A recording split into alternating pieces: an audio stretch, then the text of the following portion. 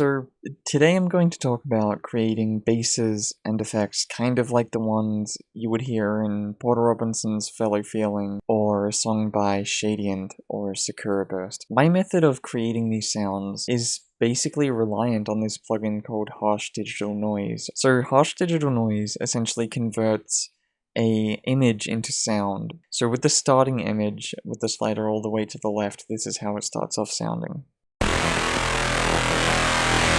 And it sounds pretty cool, but the real interest to this plugin comes when you manipulate this pitch modulation wheel here.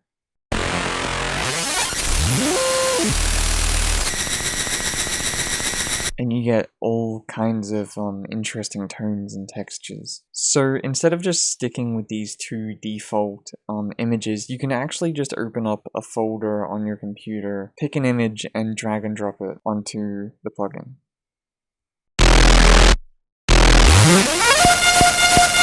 And different images will create different tones.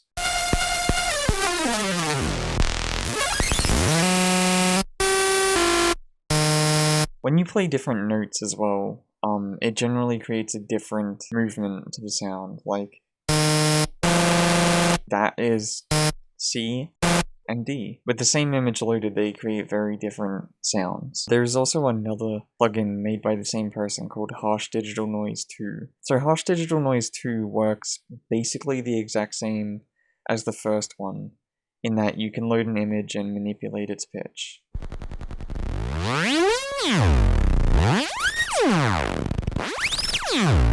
But in this one you can also draw on the image.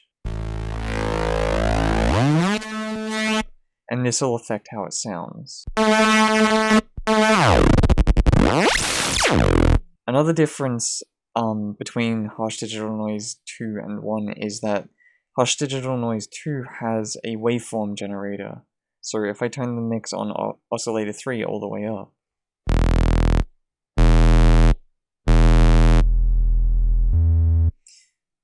you can produce like a saw wave or a square wave to go along with whatever you're producing in oscillator 1 and 2, and this can give a really non-tonal, like, inharmonic sound. Kind of it kind of makes it fit within the note you're playing, if that makes sense. So if I turn the mix about halfway on oscillator 3 and played alongside whatever's happening in oscillator 1,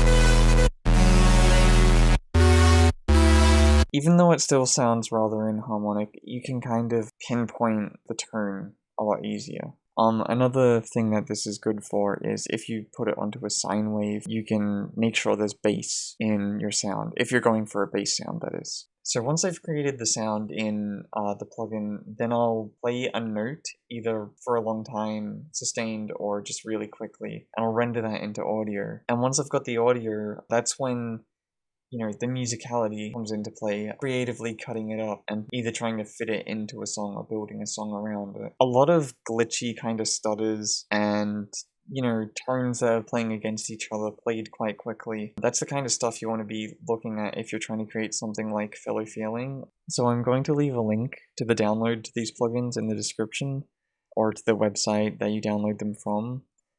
I'm not sure if you can donate to the guy that made them, but if you can, sure, do that. This is a cool plugin.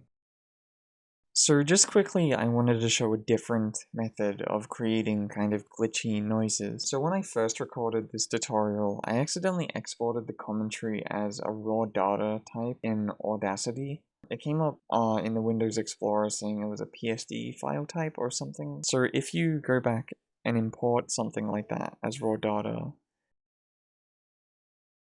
you get some pretty cool stuff.